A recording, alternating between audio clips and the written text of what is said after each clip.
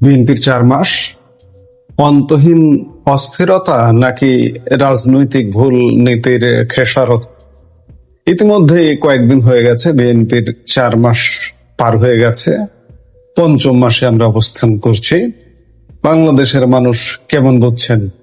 কোনো আশার আলো দেখছেন যে বিএনপি দেশটাকে ঠান্ডা করবে বা স্বাভাবিক একটা জায়গায় নিয়ে যাবে? আওয়ামী লীগ সরকারের পতনের পর থেকে আমরা যে একটা অস্বাভাবিকতা দেখছি, ইউনূসের 1.5 বছর, ইউনূসের 1.5 বছরের নানান কীর্তি কাহিনী এখন বেরিয়ে আসছে। বিএনপি সেই ধারাবাহিকতায় ক্ষমতায় এসছে। ন্যূনতম পরিবর্তন কি চোখে পড়ছে? মনে হয় না। না আইন শৃঙ্খলায়, না অর্থনীতিতে, না ব্যবসা বাণিজ্যে। আমরা এই বিষয়গুলো নিয়েই কথা বলতে চাই। এমনটা হলে কিভাবে চলবে দেশ, কিভাবে চলবে বিএনপি সরকার? আর যার কারণেই বাংলাদেশ ও ভারতের রাজনৈতিক বোদ্ধাদের নজর এখন ঢাকার দিকে। ক্ষমতার মসনদে বসার পর দেখতে দেখতে 4 মাস পার করে ফেললো বিএনপি, কিন্তু প্রশ্ন উঠছে, যে পথে বিএনপি হাঁটছে সেই পথে কি আদৌ টিকে থাকা সম্ভব? নির্বাচন হয়ে গেল দেশের প্রধান দুটি দলের একটিকে বাদ দিয়ে, আর তার ফল দেশের সিংহভাগ মানুষ ভোট দিতেই যায়নি। একতরফা ভোটে ক্ষমতায় এসে গত 4 মাসেও কি দেশ স্থিতিশীল হতে পেরেছে? অর্থনীতি থমকে গেছে, বিদেশি বিনিয়োগ আসছে না, আর দেশের ভেতরে বাড়ছে সামাজিক বিভেদ। কেন বিএনপি সরকার এক গোলক ধাঁধায় আটকে গেছে এবং এর পরিণতি বা কি? দর্শক, আলোচনার শুরুতেই আসা যাক ক্ষমতার উৎসে। যে কোনো গণতান্ত্রিক দেশের মূল শক্তি হলো তার জনগণ এবং তাদের ভোট। কিন্তু বাংলাদেশে এবার যা ঘটেছে তা কি আসলেই একটি স্বাভাবিক প্রক্রিয়া ছিল? দেশের প্রধান দুই দল আওয়ামী লীগ এবং বিএনপির পূর্ণ অংশগ্রহণ ছাড়া যে নির্বাচন মঞ্চস্থ হলো, তাতে একটা বড় শূন্যতা তৈরি হয়েছে। যখন দেশের প্রধান একটি পক্ষ মাঠের বাইরে থাকে, তখন সাধারণ মানুষের বড় অংশই ভোট কেন্দ্র থেকে মুখ ফিরিয়ে নেয়, আর সেটাই হয়েছে। একটি একতরফা নির্বাচনের মাধ্যমে বিএনপি আজ ক্ষমতার চেয়ারে, কিন্তু এই ক্ষমতার ভিত্তি কতটা মজবুত? রাষ্ট্রবিজ্ঞানের নিয়ম বলে, অংশগ্রহণমূলক নির্বাচন ছাড়া যে সরকারি আসুক না কেন তার নৈতিক শক্তি দুর্বল থাকে। বিএনপি ক্ষমতায় তো এসেছে, কিন্তু জনগণের সেই স্বতঃস্ফূর্ত ম্যান্ডেট কি তারা পেয়েছে? এই প্রশ্নটি এখন দেশের আনাচে কানাচে ঘুরপাক খাচ্ছে।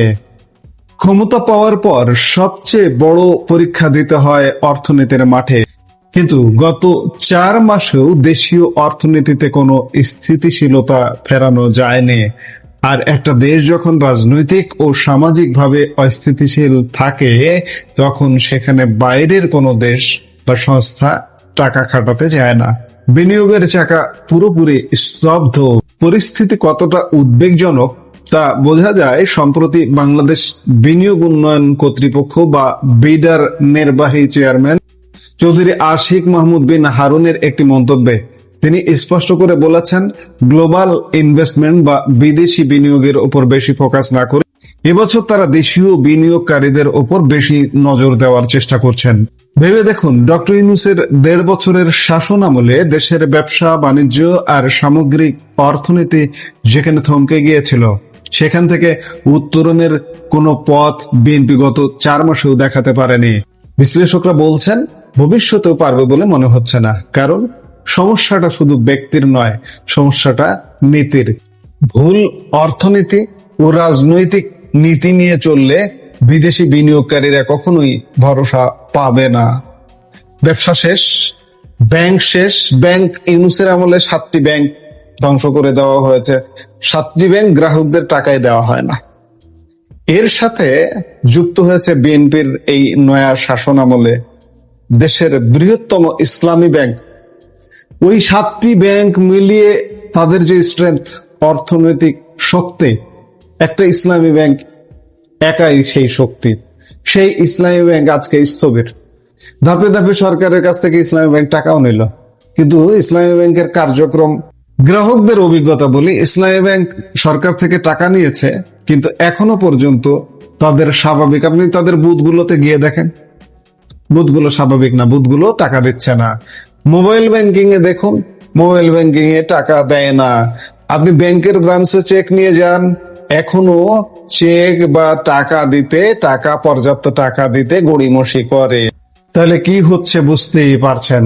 এবার আসি একটি রাষ্ট্রের টিকে থাকার সবচেয়ে গুরুত্বপূর্ণ উপাদানে, তা হলো অন্তর্ভুক্তিমূলক সমাজ বা ইনক্লুসিভ সোসাইটি।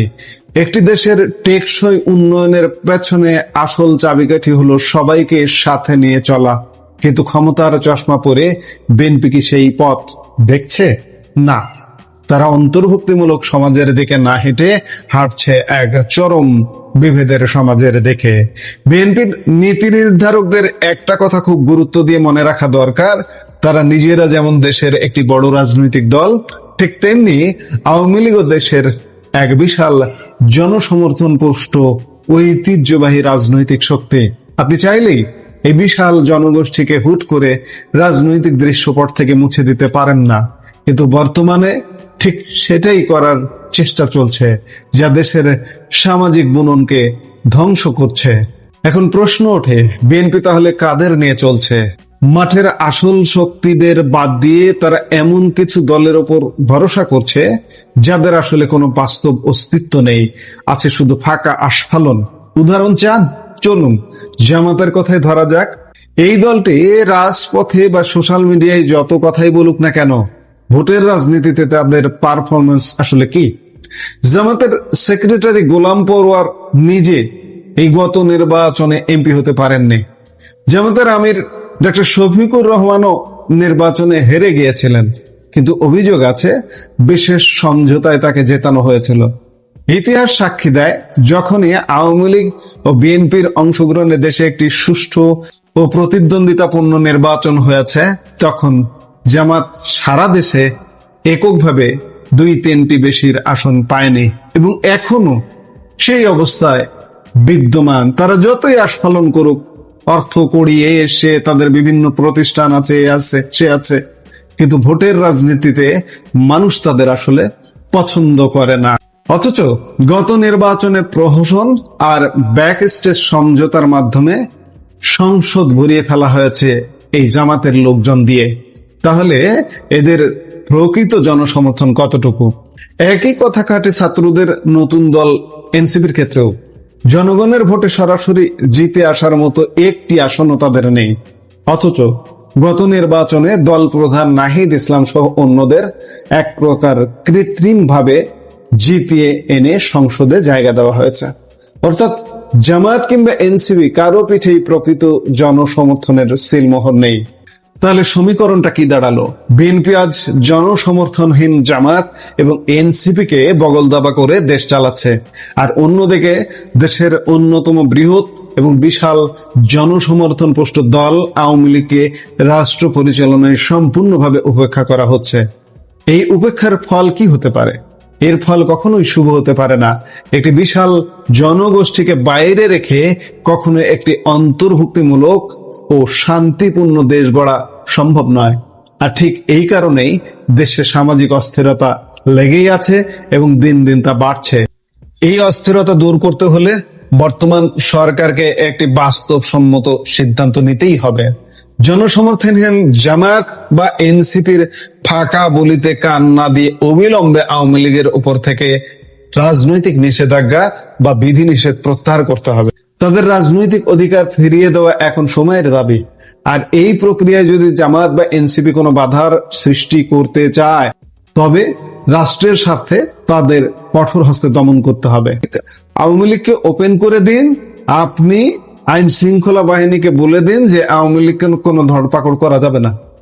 অন্যদিকে যদি জামায়াত এনসিপি আওয়ামী লীগের রাজনৈতিক কার্যক্রমে বাধা দিতে আসে, আপনি তাদের ধরুন আইন শৃঙ্খলা বাহিনী দিয়ে, তাহলেই দেখবেন সবকিছু ঠান্ডা হয়ে গেছে, সমাজ স্থিতিশীল হয়ে গেছে, আপনারা নির্বিঘ্নে 5 বছর চালিয়ে যেতে পারবেন। এই ভিডিওর শেষ অংশে যে বিষয়টি না বললেই নয়, তা হলো সুশাসন। বিএনপি যদি ক্ষমতায় এসে অন্তত একটা জায়গায় প্রমাণ করতে পারত যে তারা আওয়ামী লীগ আমলের চেয়ে ভালো শাসন দিচ্ছে, সুশাসন নিশ্চিত করছে, তবে দেশের মানুষ হয়তো তাদের এই দমন পীড়নের নীতিকেও মেনে নিত। কিন্তু বাস্তবে কি হচ্ছে? আওয়ামী লীগ আমলের সেই চেনা অর্থনৈতিক ও সামাজিক স্থিতিশীল বাংলাদেশ আজ পুরোপুরি গায়েব। চারিদিকে এক অনিশ্চয়তা। আর কতদিন এভাবে আর্মি আর পুলিশ দিয়ে জোর করে সরকার চালানো যাবে? বন্দুকের নল দিয়ে সাময়িকভাবে চলতে পারে, কিন্তু স্থায়ী স্থিতিশীলতা নয়। যদি অনতিবিলম্বে বিএনপি তাদের এই ভুল নীতি থেকে সরে না আসে, তবে এই সরকারের পরিণতি অত্যন্ত ভয়াবহ হতে বাধ্য। আর সরকার পতনের সেই আগুনে দেশটাও পড়বে, রসাতলে যাবে এদেশের অর্থনীতি ও সাধারণ মানুষের ভবিষ্যৎ। কাজেই আমরা প্রত্যাশা করব বিএনপির সেই শুভ বুদ্ধির উদয় হবে।